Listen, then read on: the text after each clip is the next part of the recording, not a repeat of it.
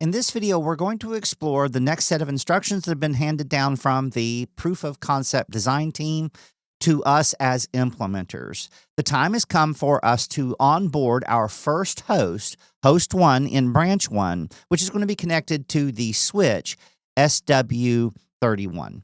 Now, this device needs to be connected in such a way that we can satisfy the design instructions from the SD University team. And as a part of this implementation, we are going to have to take host 1 and make it part of VPN 10.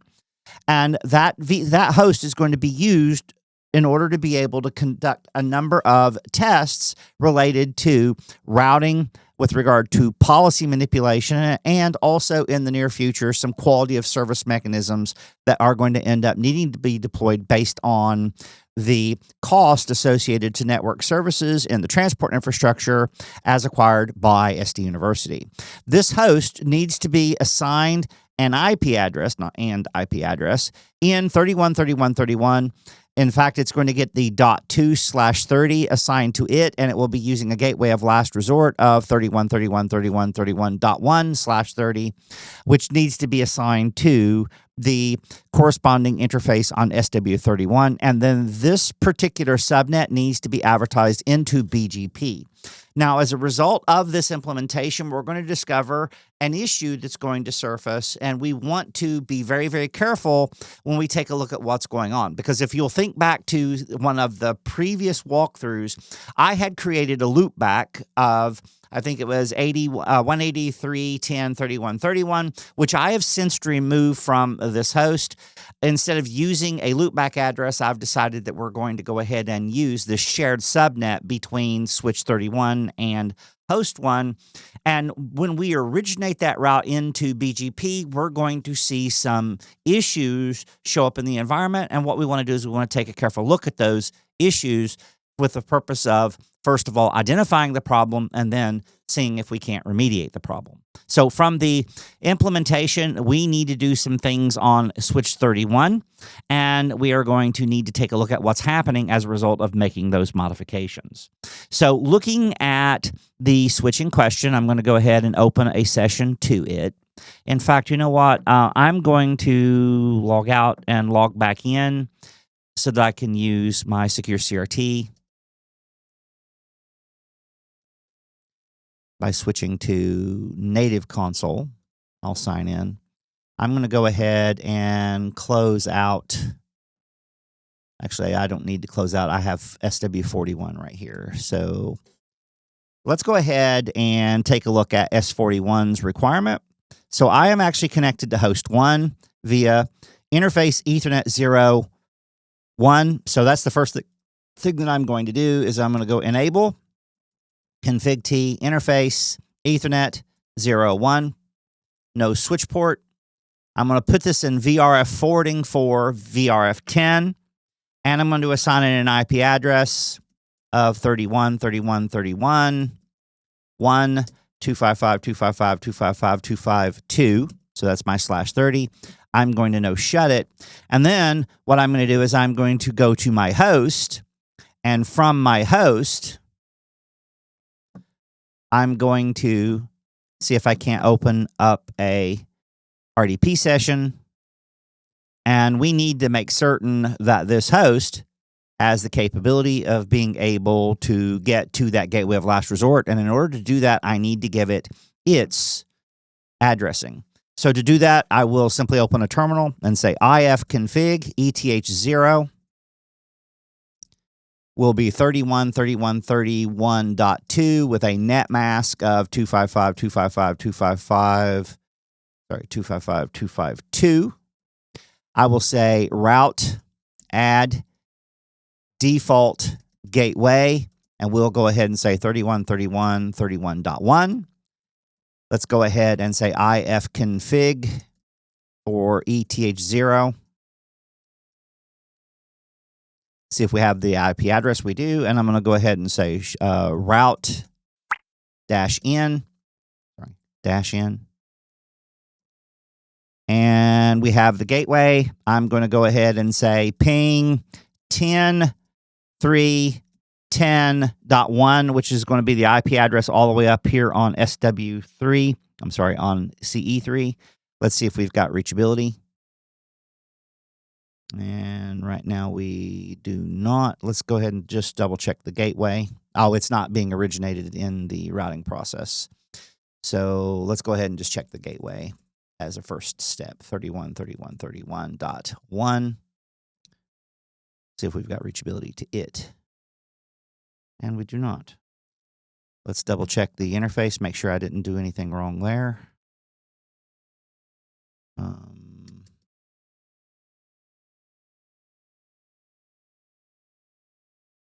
My OSPF process says that it's down. Let's double check some things here. Oh, I'm in 41. That was stupid. I meant to get into 31. Yeah, I clicked the wrong box. So my problem here is that I just broke my config. So let's take a look at. I've got to put this back. So I changed one by changing the interface. So that should be an easy fix. So all I need to do is go back to that interface. So we'll go back to interface Ethernet 0.1. Actually, you know what? I'll just say default interface Ethernet 0.1.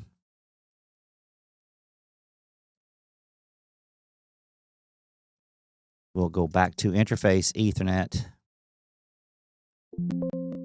0.1. We'll say switch port trunk encapsulation .1q switch port mode trunk end. See if that gets my interfaces back up.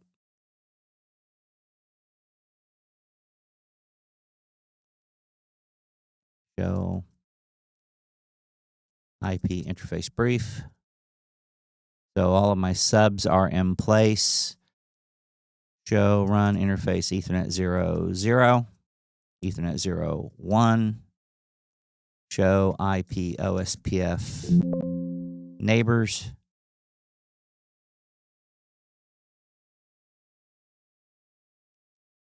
All right, so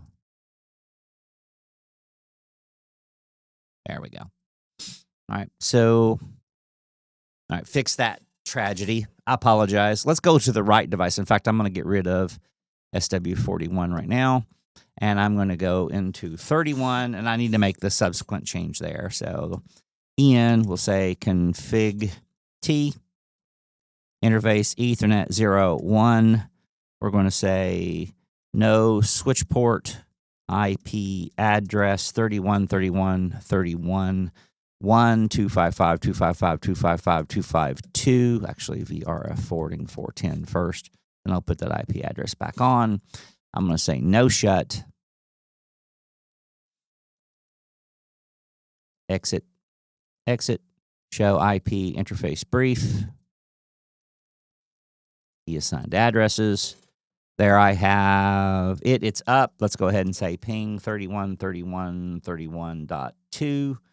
Inside of VRF10. See if we've got reachability, which we do. So now let's go back to the jump box or to the host and let's test reachability. We know the gateway works. Let's try that other interface. So the 10.3.10.1, and that's not going to work. And the reason it's not going to work is that this prefix is not being advertised into BGP, so the subnet. So let's fix that. So the next thing we're going to do is we're going to say config T do show run pipe section router BGP. And I'm going to grab all of this all the way down to VRF10. Paste that in.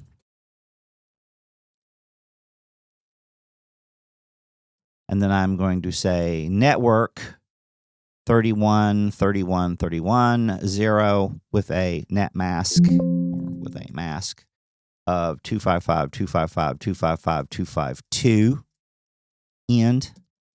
And that should be being advertised up to CEdge 3. So let's go ahead and jump into CEdge 3 real quick and see if we see that route in the routing table for VRF10. Admin 1234 QWER en show IP route for VRF10. Let's see, do we see 31, 31, 31 in that table anywhere? Yes, we do. And it's being learned as a BGP prefix. So now if I repeat my test, if all goes well, the ping should start working. So, yep, I left it running. So there we go. Now the next thing I want to do is I want to say, can I ping 99, 99, 99, 99 to see if we've got reachability to that destination in VRF10, and we don't. So, as we said, we need to take the opportunity to determine whether or not there are any issues in our lab environment right now. And that also means that we really need to take a look to determine whether or not these routes are being advertised to the smarts, the catalyst centers. Now, sorry, to the controllers. So with this, what that implies is, remember, if you think back to our original deployment of BGP, there were some modifications and changes that I made specific to the VPN settings for VPN 10 as it related to how OMP is going to manage BGP. So the first thing I want to do to validate is I want to see if I can access the controller, and I want to look to see if that route is being learned inside of VPN 10 via OMP. So let's do that first. So I'm going to go to Controller 1, Admin. Try that again. Admin 1234 QWER. Show OMP routes. And I want to look for 31, 31, 31, 0/30 in my table and see if it shows up. And right now, I'm not seeing any routes at all showing up inside of the configuration for VPN 10. So let's go ahead and just say show OMP routes for VPN 10. And we'll go ahead and say, put that in a tabular format, and let's see what is coming across. So I'm learning the 99. I'm learning loopbacks in 10.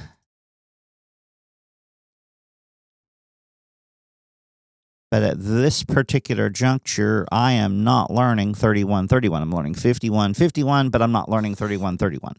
And the rationale behind this is that it's not currently being advertised to the smart/controller. So with that, let's take a look at what's going on CEdge 3. And I want to look at the results of show, SD-WAN, running configuration, SD-WAN, pipe begin OMP, and let's see what we have here. So inside of address family IPv4 for my OMP configuration, what we're going to find here is that I have no reference to BGP. I'm advertising connected, I'm advertising static, I'm advertising EIGRP globally on CEdge 3, even though I'm not running EIGRP in CEdge 3. And if you think back, in one of the earlier videos, I made the decision that I didn't want to advertise BGP everywhere outbound. But at some point, the plan is to run some iteration of BGP everywhere. At least it's on the slot for the way that SD University wants to operate. However, I'm going to try to lean away from that. And in order to be able to do that, what I'm going to need to do is I am either going to have to create something custom specifically for the OMP settings inside of the branch 1 configuration, or just go ahead and configure it everywhere like I did EIGRP. And I think that's what I'm going to do. I'm just going to take the path of least resistance right now. Later on, if we need to change this, we will. So what I'm going to do is I'm going to modify the transport and management profile configuration, excuse me, I'm going to alter the system profile, and I'm going to include the advertisement of external BGP prefixes everywhere. Now, everyone should note that when we look at what's going on inside of, say, for instance, CE1 and CE2 and CE7, we should be advertising those routes out, those BGP routes. Now, let's look at that specifically, and I might modify the decision process that I've made here. So let's look at CEdge1 as an example. Now, on CEdge1, if I were to execute the show command for show SD-WAN running configuration, SD-WAN pipe begin OMP, let's see where our redistribution is taking place. So I am doing that directly under the VRF10, where I'm saying specifically I want to advertise BGP as a protocol. Now, if I take a look at how I'm doing that, so let's jump into the vManage and go to our configuration groups. I was going to do it everywhere, but I'm liking the idea of just doing it in one VRF. Because remember, BGP was to reach 999, that exists in just VRF10. And then later on, we might do some route leaking operations. So with this, let's go to configuration groups. We're going to go to the concept of configuration groups themselves, SD-WAN, and I want to find the data center config. And let's see what our options are here. So right now, I actually have a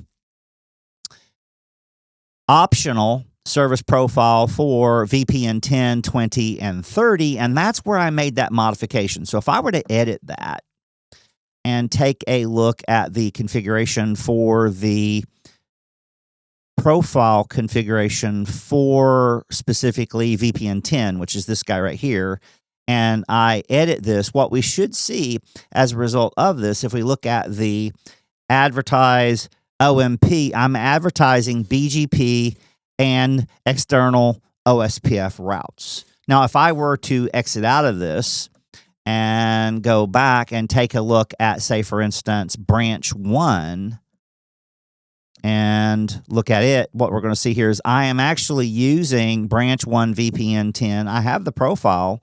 Let's take a look at the settings for it. And if I edit the VPN 10 configuration and I go to advertise into OMP, what we see here is I'm not advertising anything at all.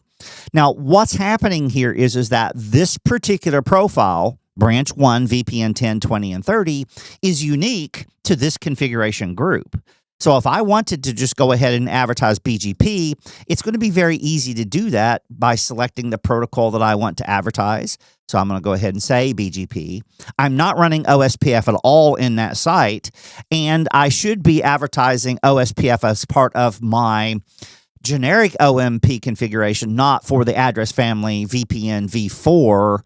I'm sorry, not for the IPv4 VRF10, but I can do that specifically with regard to BGP, and that's exactly what I'm going to do. So now I'm going to find that one of my configuration groups are now no longer in sync. So we can see here, in sync devices 0, associated devices 1.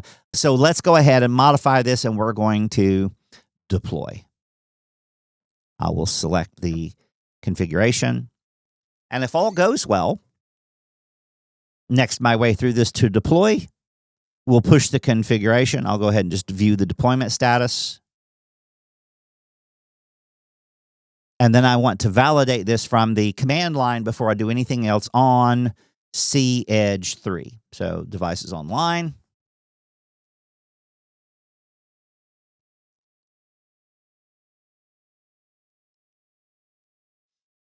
Devices pulled the configuration.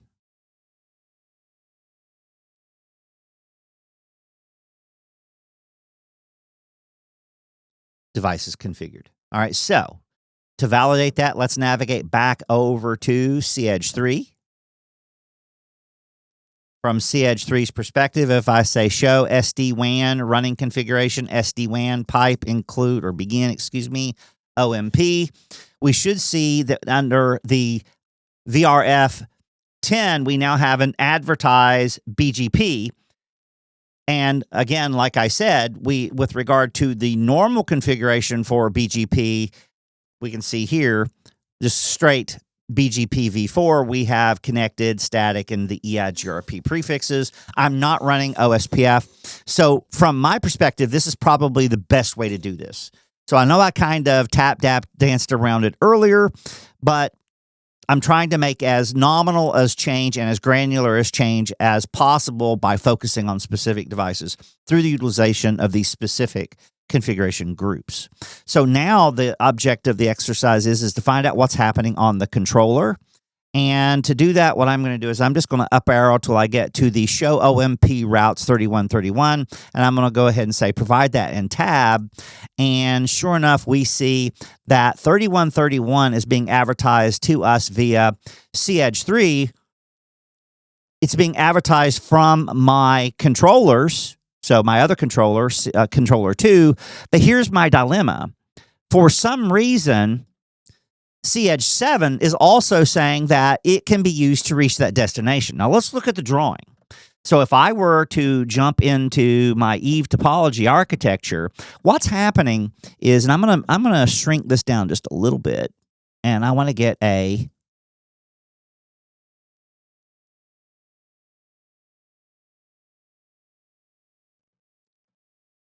marking software up and operational. So let me just fire up Ink to go. And I want to talk about what just happened because it's kind of weird if you think about it. So toolbar orientation, where is my toolbar? There it is. Let me change it to horizontal. Okay. So that route exists right here. And that route is actually being advertised to CE3. CE3 is then, in turn, advertising it to both of the active controllers. And those controllers, I want to change pin colors, those controllers are now advertising those routes. Let me see if I can get a smaller highlighter. They're advertising those routes. We'll just use a pin. They're advertising those routes to all of the other devices. So as an example, each of these controllers is advertising that route, say, to CEdge1, CEdge2, and we're also advertising them like so to CEdge1 and CEdge2. And that is being learned as a BGP prefix here. That BGP prefix is being advertised via this back door. And it is actually going to be learned over here as a route that's learned from autonomous system number 65001. And then that is actually being advertised to the controllers like so. And what's happening is the controller is then reflecting that route.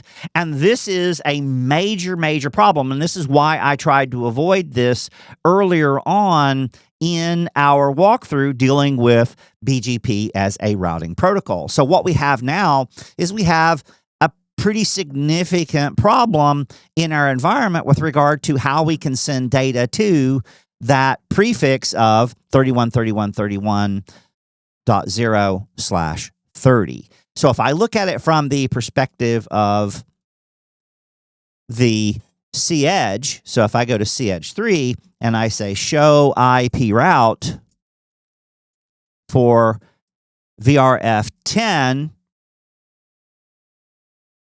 and I want to look specifically for 31.31.31.0.255.255.255.252 in my routing table, this is saying specifically that I'm learning this from CEdge, or I'm learning this from branch 1 SW31, the IP address of this guy right here on this link.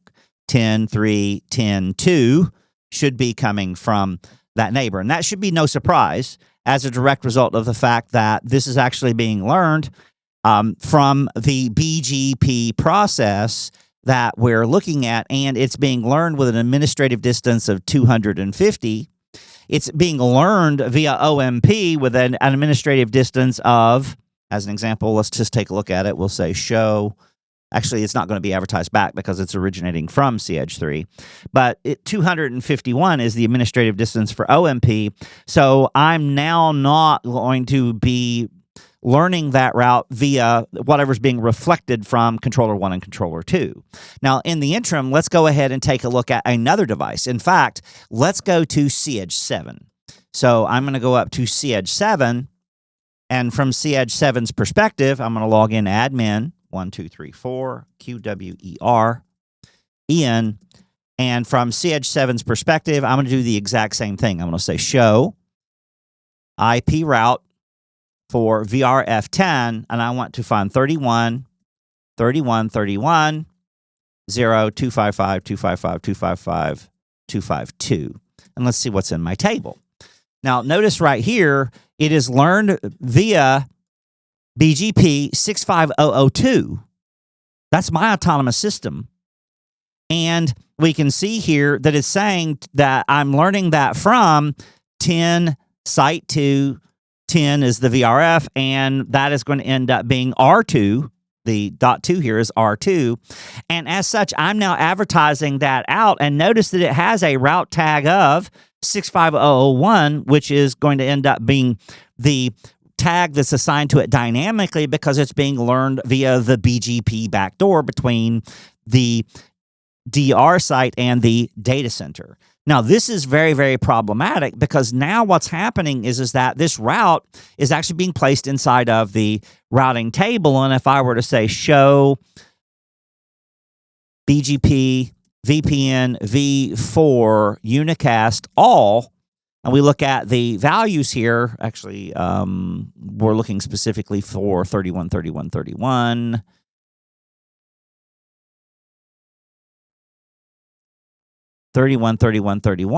Notice it has an autonomous system path of 65001.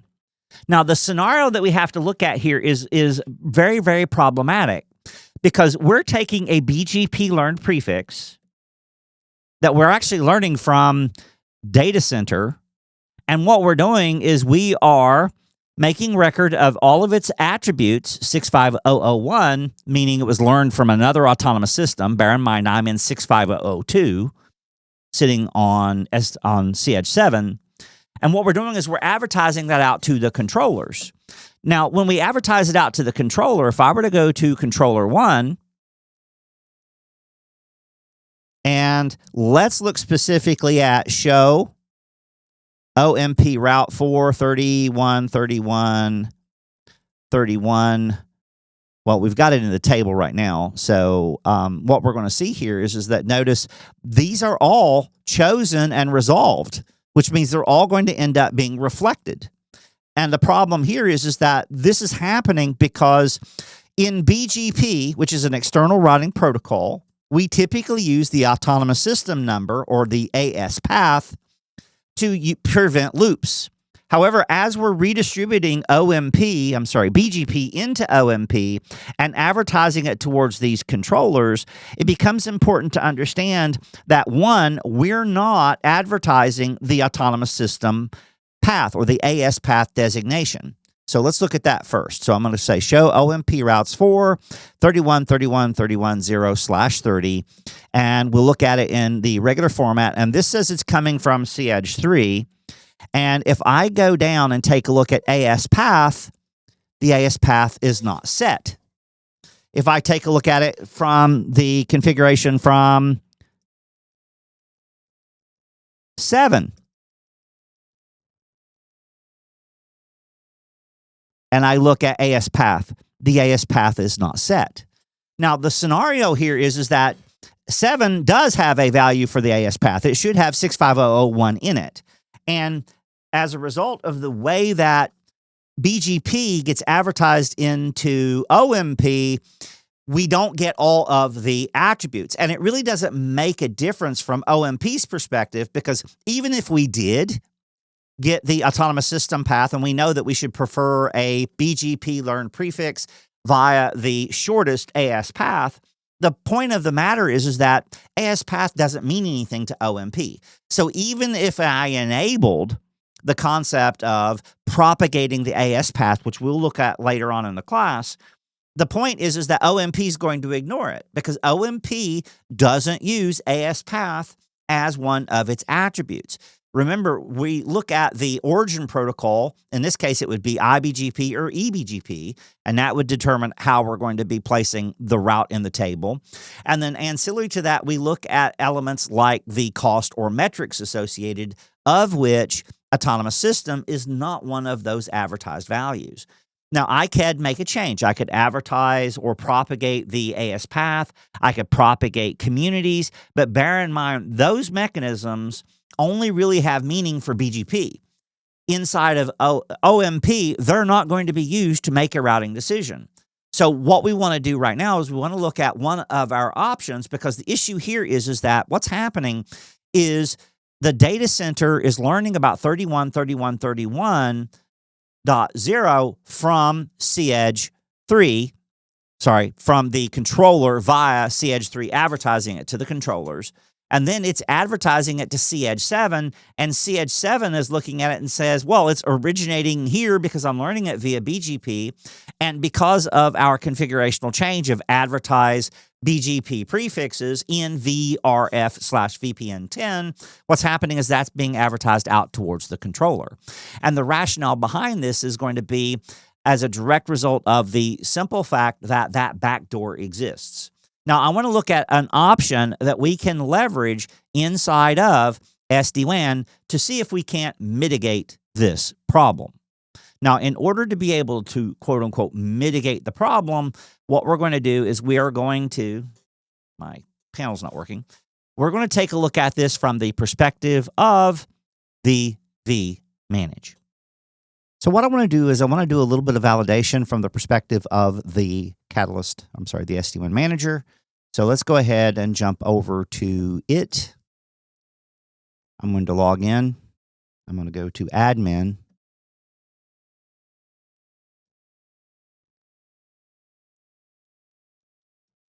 And what I want to do is I want to do some validation specifically from CEdge 7's perspective.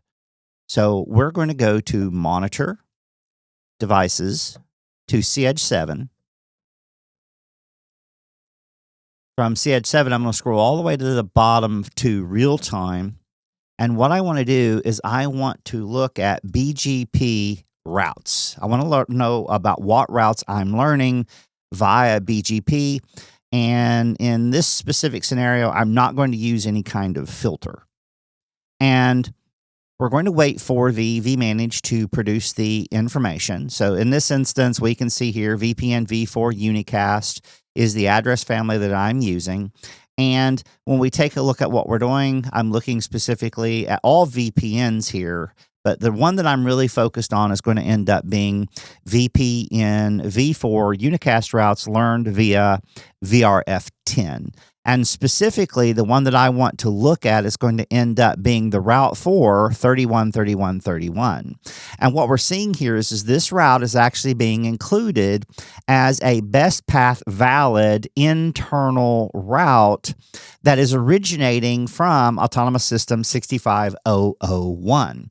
Now, from the perspective of what's happening in our environment, I want to talk about that. So I'm going to jump over to my Blackboard, and I want to walk through and highlight some of this mechanism. So from the Blackboard, what I want to do is I want to discuss what's happening. So all the way down in the environment, I have the host 1. And host 1 is going to end up being connected to branch 1, switch SW31. And this network that we're employing right here is going to end up being that 31.31.31.0/30 network. And what we have done is we've taken branch 1 and we have connected it to CEdge 3 in our lab environment. And we have done everything that we always say that we're going to do. We have created a bifurcation on CEdge 3 with regard to elements that are going to end up being transport side and what we call service side. And we've defined different service-side VPNs. Specifically, the VPN that we're talking about is going to end up being VPN 10 for the purposes of this walkthrough. Now, we recognize the fact that we actually have a second set of resources. So as an example, in my lab, I have CEdge 1, I have CEdge 2, and in the disaster recovery site, I also have CEdge 7. Now, each of these resources are, again, going to be divided into service side and transport side resources.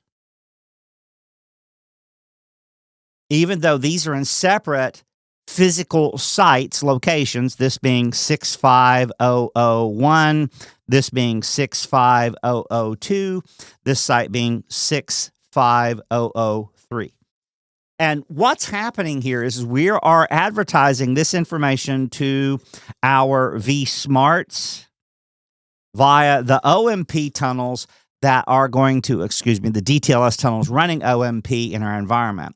So what's happening is that CEdge 3 now, based on the manipulations that we've made in VPN 10, based on the configuration, is now advertising BGP prefixes to the vSmart. And the vSmart is learning that information. So it's adding 31.31.30/30, and it's placing inside of its routing table for VPN 10. And then it's doing exactly what vSmarts are supposed to do. It's sending that information, again, via DTLS tunnels to the different resources. Now, I'm only focusing on the ones that are going to be considered to be my hubs. So specifically, we're talking about the data center, and we're talking about the DR site. It's obviously reflecting them everywhere else. And what's happening is that route's actually being placed inside of the routing table on each of these individual devices. So I'm going to end up having a VPN 10 entry here that is actually going to include 31.31.31.0/30 as an OMP prefix, lowercase m. Over here, the exact same thing is going to end up happening. I'm going to be learning about 31.31.31.0/30 on both of these devices, and it's also going to be placed in the table as a lowercase m, in other words, as an OMP route. Now, the dilemma that I have here is that based on the fact that I have between these two sites, I have that BGP back door where I am forming a eBGP peering between R1 and R2. What we have here is we have a scenario, because what's happening is this device is actually taking this route, which has been redistributed into BGP, and what it's doing is it's advertising it to R2, and R2 is in turn advertising it down to CE7. So I'm going to end up having an entry in here for 31.31.0/30 that is actually being learned as an eBGP prefix between 65001 and 65002, my autonomous systems. And as a direct result of that fact, it's going to end up having an administrative distance as a BGP externally learned route of 20. And what's happening is that as a result of this, that's actually being preferred over the route that I'm learning via OMP, which is going to end up having an administrative distance of 251. And since that's being placed in the routing table, the BGP route, the problem is that CEdge 7 is also advertising its reachability information for that exact same prefix to the vSmart, where this first one is reachable via 3.3.3.3, CEdge 3. This one's showing up as reachable from 7.7.7.7. And again, that's going to end up being 2 entries for each, private 1, private 2. And this is my dilemma. And what's happening here is, as a result of this dilemma, what we're seeing is that we are now leveraging and looking at the fact that, unlike how OMP manages most of our IGP protocols, it doesn't employ the same mechanisms for trying to prevent the formation of loops using a protocol like BGP. Keep in mind, Border Gateway Protocol is an exterior routing protocol, and there's a reason that it's not redistributed into OMP by default. But in this specific situation, the backdoor process that SD University has opted to use is causing us a significant amount of problems, and it will continue to cause us a significant amount of problems. Now, as a direct result of what I'm doing here, what we have is we have an inability to be able to test or to run these pings in our environment when it comes to making certain that our traffic is going to be traveling in the most optimal path. So we should really have a way, or try to create a way, to take 7's ability to provide itself or offer itself as transit to be able to reach 31.31.31.31 off the table. Now, bear in mind, 3.3.3.3 is less than 7.7.7.7. So as far as a route selection process, the system should prefer or pick 3 over 7. But bear in mind, our equal cost multipathing solution says that we can go up to 4 total paths by default. And at various sundry positions in the course, we have changed that to go up to as high as 6 or 8.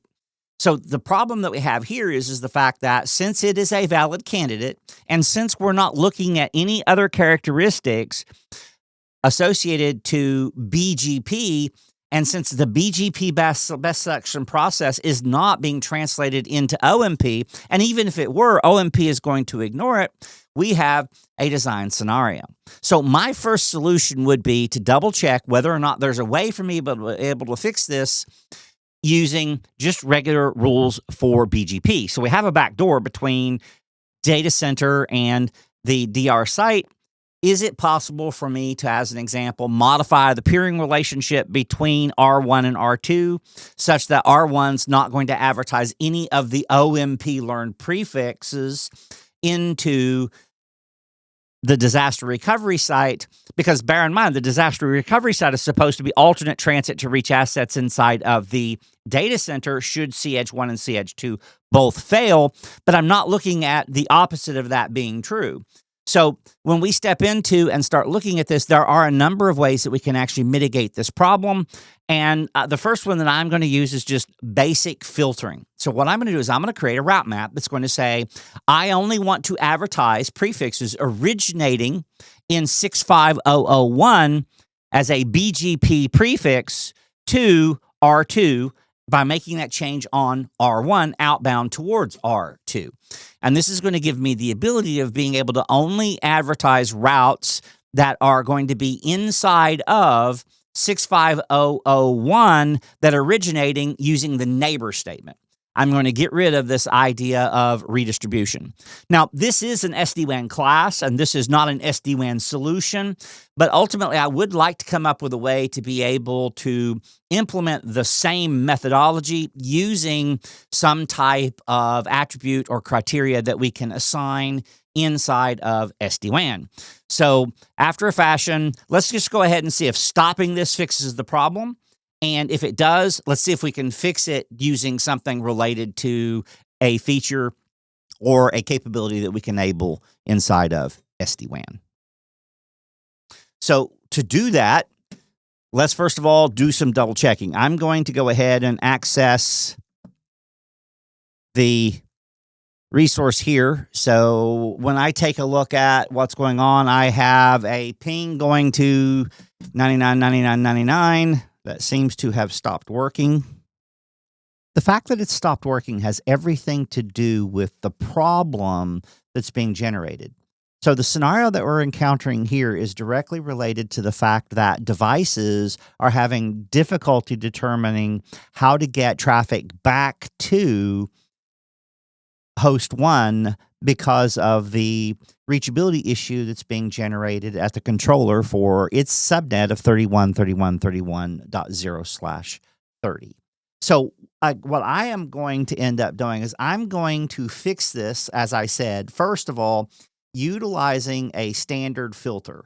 So if I go to R1 and I tell R1 that I specifically only want it to advertise routes originating in 65001 to R2 in 65002, that means fundamentally the only route that I should be advertising between the data center and the disaster recovery site would be 99.99.99/32, and that should eliminate the issue with R2 advertising the 31.31.31.030 route down to CH7, where CH7 will prefer that path and start advertising it to the vSmart, causing all of this confusion. So to do that, I'm going to navigate to my CRT session, to R1, and what I'm going to do is I'm going to take a look at the config terminal. Actually, let's do this first. Let's do a show BGP VPN v4 unicast VRF10 neighbor 10.0.10.2. That's R2. So again, this is 0. It's going to end up being the link between data center and DR. This 10 is VRF10, and this is R2's number where I'm .1 on this guy. I'm going to go ahead and say advertised routes. And we can see here that I'm advertising the routes to R2, and as such, this is what's causing my problem. Now, what I would really like to do is I would really like to only advertise routes that are quote-unquote originating inside of my autonomous system. So right now, the scenario that we have here is 31.31.31/30, 0/30 is being advertised. So my fundamental issue or my fundamental desire is to fix this. So if I were to execute a show, let's just up arrow here. We'll say show BGP VRF10, and look at this. This is going to give me, my actual routing table that I have for BGP in the data center R1 config. And ultimately, what I would really like to do is I want to see if it's possible for me to make some suggestions. Now, I've got some less than favorable routing conditions in here already based on this backdoor. I'm right now just trying to fix the issue with 31.31.31.0/30. Now, later on in the course, I'm going to utilize policy to fix these issues. So as I advertise routes out of, say, for instance, CH7 towards the vSmart, I might want to make some manipulations and changes. But we're not there yet. I just want to get the basic functionality installed, operational, and validated. So what I want to do is I'm going to take a look at the output of show BGP VPN v4 unicast VRF10, and I'm going to utilize the regular expression syntax. Now, what I want to do is I want to get a listing of routes that are being originated just in my autonomous system. And again, what you're going to see here is notice that I have a lot of routes that are actually showing up as being originated in my AS. So with this show BGP VPN v4 unicast VRF10, I want to use a regular expression. And what I want to do is I want to see all of my routes that do not have an AS path. So anything originated in my autonomous system should have no autonomous system path configured. Now, if I have a little browser over here to keycdn.com support. They've got a pretty extensive regular expression sheet, but the only two things that I'm really worried about are these things right here. So if I say, show me a regular expression of any device that actually has a start of string and an end of string and nothing exists between the two, then that's basically showing me an empty string. Now, from the perspective of what's happening on data center 1, and I do that, let's go ahead and say, I'm going to do $, And that's going to give me a listing of all of the routes that are originating in my autonomous system. Now, the problem that I have here is that this isn't going to fix my problem. In fact, you're going to note the only thing that's being filtered out are the routes that I'm learning from the disaster recovery site. So looking at the output here, the only routes that went away are the routes that I'm learning from the disaster recovery site. So this regular expression is not going to end up being a tool to filter out prefixes, at least initially, because the prefixes that I'm learning in BGP are being redistributed into BGP from OMP. And there are no attributes associated to those routes. So the first thing that I want to do is I want to go into SD-WAN, and I want to make a change that's going to alter this behavior. So by default, BGP redistributed into OMP does not preserve or propagate the AS path information. That's the first thing that I'm going to want to quote unquote change. And in order to be able to do that, I need to make a modification to the 3 sites that are running BGP, meaning the data center, the DR site, and branch 1. And I'm going to make a modification inside of the configuration for BGP itself. So let's go ahead and make those changes. Now, this process is going to take some time, but ultimately, I want to be able to just say, I want to advertise routes that were technically originated inside of Autonomous System 65001 using that $, and that's going to end up being an exploration into the behavior of how OMP works in concert with BGP redistributed prefixes. So let's go ahead and take the first step to allow this to be remediated. So what I want to do is I want to, first of all, preserve autonomous system information.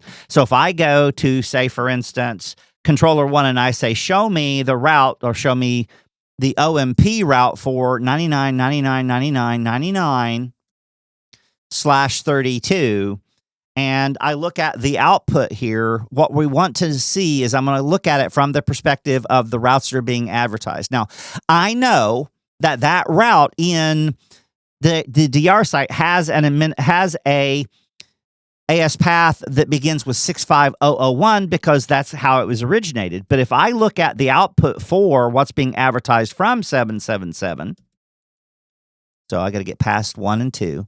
So the next one should be 7. And I take a look at what's going on. I'm going to scroll all the way down to where I get to the originating protocol was IGP. But what I want you to note right here is the AS path is quote unquote not set. So as a result of this, I want to make certain that I am going to advertise the AS path attribute as part of my OMP updates going to and from my controllers. So to do that, that's going to end up being where I'm going to instigate that change inside of the configuration group. So I'm going to navigate to menu, configuration, configuration groups. I'm going to go to my service profile, and I need to make a change for the DR site, branch 1, and the DC site. I'll start with the DC site. I'm going to edit it. And what I'm going to do is I'm going to go to VPN 10, and I'm going to look at my BGP routing profile for VPN 10. And I'm going to say I want to propagate the AS path. Now, if I wanted to use BGP communities are also not going to end up being advertised as BGP prefixes or advertised to OMP, and I'm not going to mess with that right now. We'll look at that later on in the course, but fundamentally, I want to say I want to preserve AS path information, so let's go ahead and save this. Now, I need to do this also in the DR site and in branch 1, so I'm going to make those changes first. So we'll find the DR site, we'll edit it. We'll find VPN 10, being sure that to get it in the right VPN, we want to do propagate AS path. Yes. Save. Okay. And that is the DR site. So let's do branch 1. Edit. VPN 10, BGP, edit. Propagate AS path. All right. So with this, I'm now going to go back and I'll find 3 configuration groups that are no longer in sync. And I'm going to fix that. So we'll start with the data center site. We'll deploy. Don't have to make any modifications to variables, so I'm just going to plow through and deploy. Next thing we're going to do is deploy another one. We'll go to the DR site.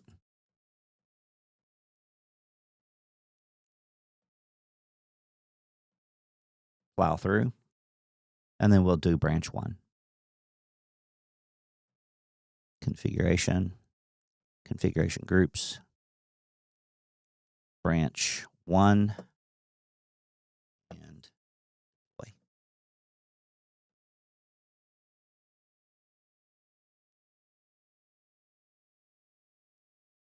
So once these have been successfully deployed, we'll go back and validate what's happening. All right, so branch 1 is the last one.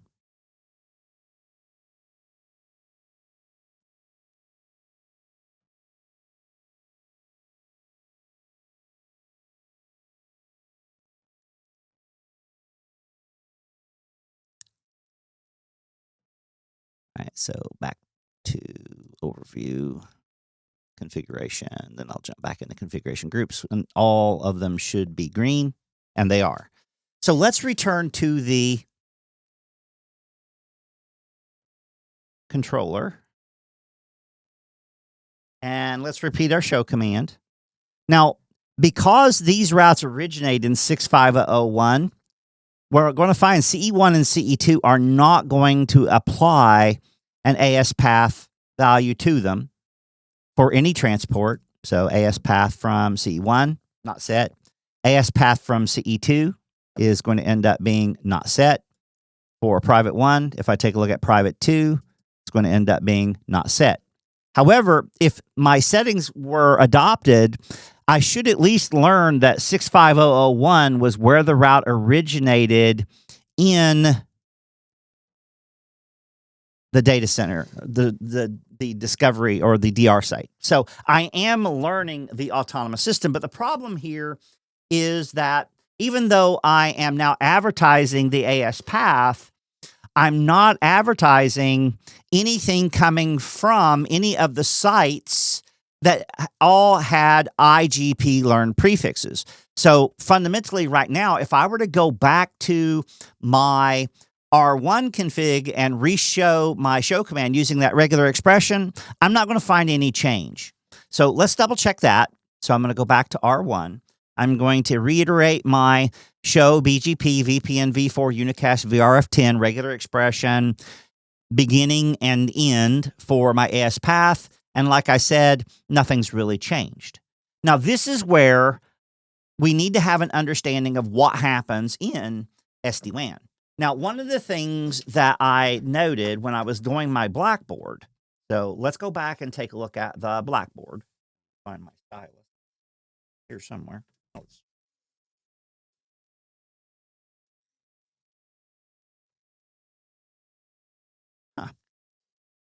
There it is.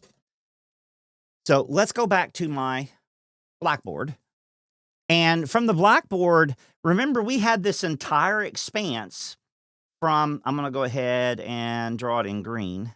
So from the transport side of this set of resources all the way down to the transport side of this set of resources everywhere. So that means from these resources to this resource, this is all reflected based on information that is going to end up being advertised into OMP. In other words, I'm going to be advertising all of this BGP information. So as an example, in this instance, I have BGP, but because my routes are all generated inside of the autonomous system, my AS path is empty. So the AS path is not being advertised because it's not being incremented. So I'm taking the fact that all of these are going to end up being inside of the same autonomous system. And again, that autonomous system is 65003. And because of the fact that they're not being advertised to another autonomous system, the AS path is not being incremented. But what if I wanted to come in and say, well, you know what? I'm not running BGP in my configuration for my overlay for OMP yet, but what if I actually just went in here and said, well, at this instance, I could actually create an Overlay-AS. So I could assign an autonomous system number to OMP, even though it's not running BGP. Bear in mind, it natively could run BGP, but for the purposes of our walkthrough and for the purposes of our testing here, it's not running BGP, but I can still add an autonomous system path to the information. Now, if that's the case, that means that as I advertise information from branch 1, it's going to add an autonomous system to it. In fact, I'm going to use 65999 as the autonomous system that I want to add to the AS path. So now when CE1, CE2, and CE7 learn about those routes coming from the controller as they're being reflected or advertised via OMP, what we're going to see is we're actually going to end up seeing 65999 as an AS that's going to show up. And that means that anything that I'm going to be learning from the overlay is actually going to be, quote unquote, containing an autonomous system. So now, once I get this deployed, my regular expression should give me the capability of being able to filter out any routes that were not generated specifically inside of 65001, because I'm only advertising one route, 99, 99, 99, 99, using the network statement in BGP 65001 for VRF address family address family VRF 10. So with that, let's go ahead and see what our options are. And the easiest, best, and fast way to do that is to, again, jump back into our SD-WAN manager. So from the SD-WAN manager, I need to modify my system profile because I'm making an OMP adjustment, and my OMP adjustment is going to end up being applied to all 5 of my devices in my config. So that's going to end up being the application. So I'm going to go ahead and say I want to edit it. And I'm going to go down to the OMP profile. I'm going to edit it. And there's an option inside of here that specifically says I can advertise an Overlay-AS. So globally, I'm going to change this to 65999, which is an arbitrary number. I could do a BGP AS path auto translation, which is basically going to be a feature where I could actually make things a little bit more human readable. I've had varying degrees of success with this. I want to experiment with a little bit more before we talk about it in any level or depth. But right now, what we're trying to look at is how do we apply this concept of appending or attaching an autonomous system that's related to the overlay to our routes as they're being advertised into OMP. And it's going to look a little weird, but let's go ahead and see if we can't save this. And as a direct result of this, that's going to change all of my configuration groups to out of sync. So obviously, I'm going to have to remedy this. So we'll start with the data center. We'll do a deploy. Select all the devices. We'll just push through. There's no variable modifications or changes. Deploy. I'll do the deploy another configuration group and select the main campus. We'll do it. Select both devices. Next. Next. Next. Deploy. I'm going to go to configuration groups, and select the DR site. That'll be the next one that I deploy.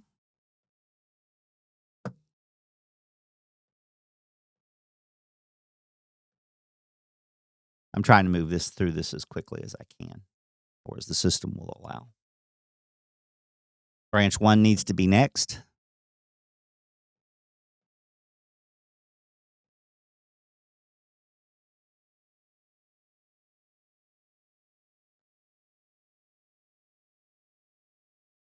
And then lastly, branch 2. Now, if I try to go to deploy another configuration group, it's not going to let me do anything, but I will go to configuration groups, and I can select it. Go all the way down to branch 2. and deploy.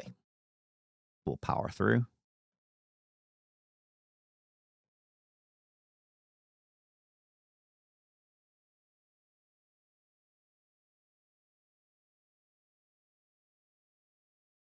All right, so let's go ahead and view the deployment status on that last one.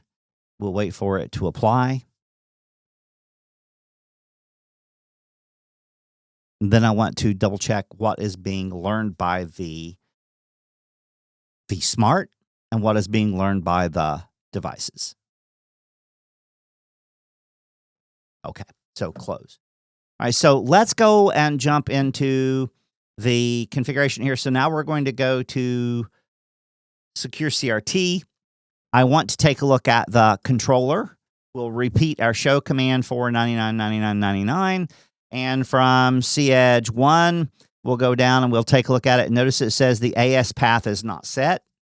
When we take a look at the information for 2.2.2, says the information or the AS path is not set. If we take a look at 7.7.7, we see that we have our AS path is set, but I'm not seeing 65999 anywhere in the mix. Now, that's because of the simple fact that the configuration that we have modified is not showing up in the running configuration, or not the running configuration, but it's not showing up on the vSmart as far as a learned path. But as we advertise routes out from the vSmart/controller, let's see if we see a subsequent change. So if I go over to R1 now and I repeat my show command of, let's go ahead and just look at the content for VRF10 31, 31, 31. We'll say 0, 255, 255, 255, 252. Let's look and see what we see. Now notice here, I've got 6599 is actually showing up. In fact, we have a couple of things in here. I've got 6501, 6599, 6501, 6599. We're picking this guy right here as being our quote-unquote best path. We're learning this from 10.1.10.1, so it's CE1 in the data center. And as a result of this, if we just come over here and get rid of the regular expression and just look at all of the routes, what we're going to see now is every route that we're learning via the overlay is actually showing up as having an origin of 65999. So if I were to add the regular expression back, the only route that I now have should be 99.99.99/32. And again, I'm leveraging an internal capability built into SD-WAN in order to be able to try to mitigate the probability of risk of loops being generated in our dual attached environments, like my data center that has CE1 and CE2, or my main campus that has R4 and R5, or CE4 and CE5, should it be running BGP. And this is also giving me a filterable criteria in which I should be able to make some configurational modifications. Now, later on in the course, I want to do this using policy, and I want to do it as it's related to routes being advertised out towards the controllers and routes that end up going to be learned from the controllers. But right now, like I said, we're just not there yet. So what I'm going to do is I'm actually going to create a tool that's going to allow me to be able to filter out every route except for routes that were generated inside of my environment. Now, again, I could have, we could have made some criteria or some selection, because weight would have been set to 32,768 for internally advertised routes. But again, I want to look at this from the perspective of an SD-WAN solution. So I decided to just jump straight into it. So through the application of this overlay assignment that we're seeing from the controller as it's being advertised out towards the branch sites, the fact that this is being preserved is very, very handy and very, very useful, especially in this scenario. So what I'm going to do is I'm going to go ahead and create an IP AS path access list. We'll call it access list 1, where I'm going to permit anything that begins and ends in the AS path, meaning nothing, a blank AS path, which is this guy right here. So notice 65009, that ain't blank. Obviously, that ain't blank. This looks weird, but this is based on the way that the redistribution is actually happening inside of the system. And now what I'm going to do is I'm going to use this to create a route map. I'm going to call this advertise local permit 10. I'm going to go ahead and say match AS path 1. I'll use the explicit deny at the end, or implicit deny. And now what I'm going to do is I'm going to say do show run pipe section router BGP. I'm going to go ahead and grab all of that. I'm going to go down to the configuration for VRF10, and I'm going to make a modification. So the first thing I'm going to do is right click.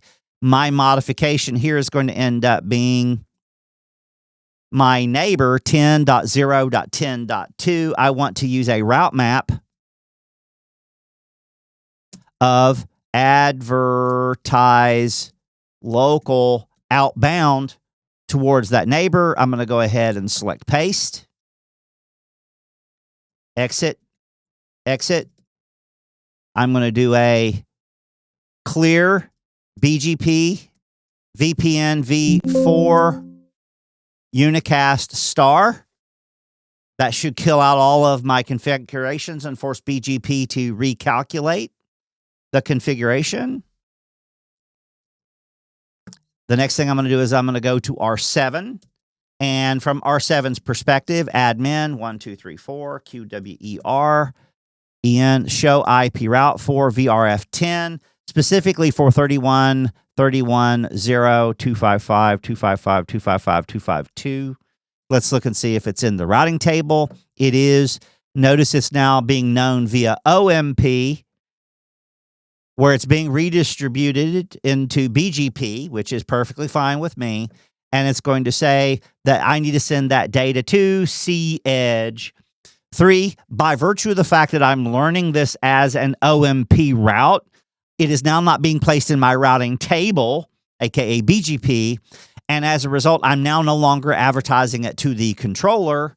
So if I take a look at show IP route, and we'll go ahead and say no, show OMP routes for 99, 99, 99, 99 / 32. And we'll just look at it. Actually, let's do it in tab. Let's see if that stopped 7 from advertising that route. Actually, for 777, I'm advertising the 999, which is what I want. The route that I'm trying to manipulate is going to end up being the 3131, because my route map was by its very design set up to allow 99 to be advertised. Let's go ahead and see what I'm learning. I'm only learning about 3131 from 3 now, and this should fix all of my problems. So if all goes well and I go back to my environment, my ping should now be working, because now all devices in the environment, CE1, CE2, and CE7, now have the capability of being able to resolve reachability to the subnet 31.31.31.0/30. This brings my exercise to a close, as it is going to end up being related to getting this specific connectivity up and operational. And based on the outline, let's go ahead and bring the task back up. So from the perspective of the task, let's see. So SD-WAN University has decided that as part of the POC deployment of SD-WAN, the time has come to configure host 1 and VPN 10 for the purposes of testing. The Linux host will be used to validate routing and quality of service mechanisms at a later date. The host should be assigned an IP address of 31.31.31.2/30, done. Gateway 31.31.31.1/30, done. We have been instructed to complete this operation and to identify any issues that may result based on advertising the network 31.31.31.0/30 into BGP on SW31.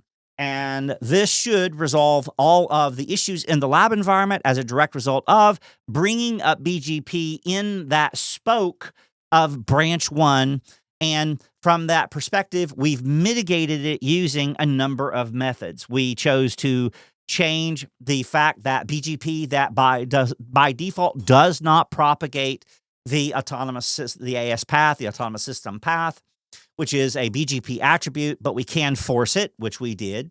And bear in mind, I also said that I was going to create an Overlay-AS. Now, keep in mind, if I had created the Overlay-AS and not enabled propagate the AS path, it would not have worked. They are mutually inclusive. So if I want to use the AS path, I also have to go in and make certain that the border gateway protocol is configured to propagate the AS path. And again, this would be something that would allow us to be able to interconnect devices and resources that are running BGP service side, and it's also going to end up being a tool that I could use to mitigate possible loop scenarios in the event that I was running BGP transport side, so with the service provider. So what we've done here is we've covered all of the fundamentals, the basics. I hope this wasn't too confusing. I do encourage you to go ahead and experiment inside of your own lab environments, make modifications and changes, maybe bring up BGP in other areas, which ultimately I would like to do in the course. And the last thing that we're going to really need to do is we want to go through the process of onboarding the hosts in the DR site and in the data center to determine whether or not we are going to encounter any other issues. So that's going to end up being the next step. Now, the benefit there is we have the capability of using OSPF or BGP as a result of those processes. To streamline things, I'll probably go ahead and just onboard those hosts using OSPF, but I would encourage you to see if through the introduction of these networks into BGP could or will we run into any problems down the road. This is trying to highlight the fact that the decision to run specific protocols in specific situations can have a direct and dynamic impact on our SD-WAN design plans, infrastructures, and ultimately business performance outcomes. So I'm going to go ahead and stop here. My name is Terry Vincent. I hope this was helpful, and I hope to see everyone in the next video. Till then, take care.